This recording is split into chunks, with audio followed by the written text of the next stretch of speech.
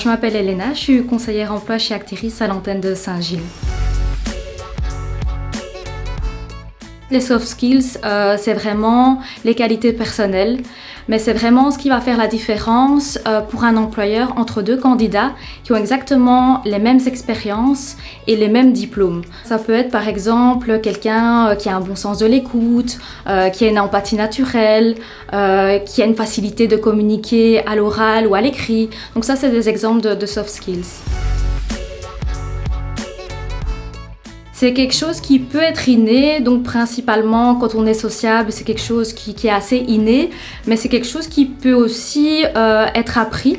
C'est quelque chose, il n'y a pas vraiment des formations pour devenir sociable, mais il y a des formations qui peuvent être envisagées pour avoir une meilleure communication, être plus à l'aise en public, peut-être aller plus vers les autres. Donc il y a toujours moyen d'améliorer ses compétences personnelles, ça oui.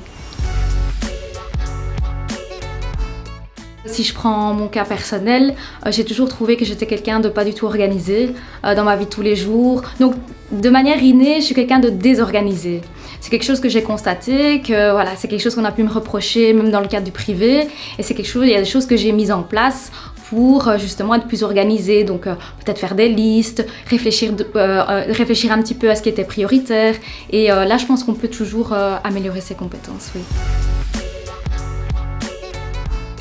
De se poser la question, quelles sont finalement mes qualités, qu'est-ce que mes proches par exemple, si je leur pose la question, quelles sont mes qualités, qu'est-ce qu'ils vont me répondre, réfléchir aussi dans le passé de quoi j'ai été fière et quelles qualités j'ai démontrées pour arriver à tel résultat. Et puis aussi il y a Actiris, parce qu'on a un service chez Actiris qui s'appelle Guidance Recherche Active d'Emploi qui propose des bilans de compétences.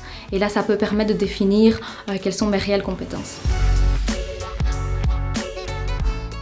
Selon moi, il faut toujours être sincère et honnête dans une candidature, en entretien. Pour moi, c'est vraiment la clé du succès.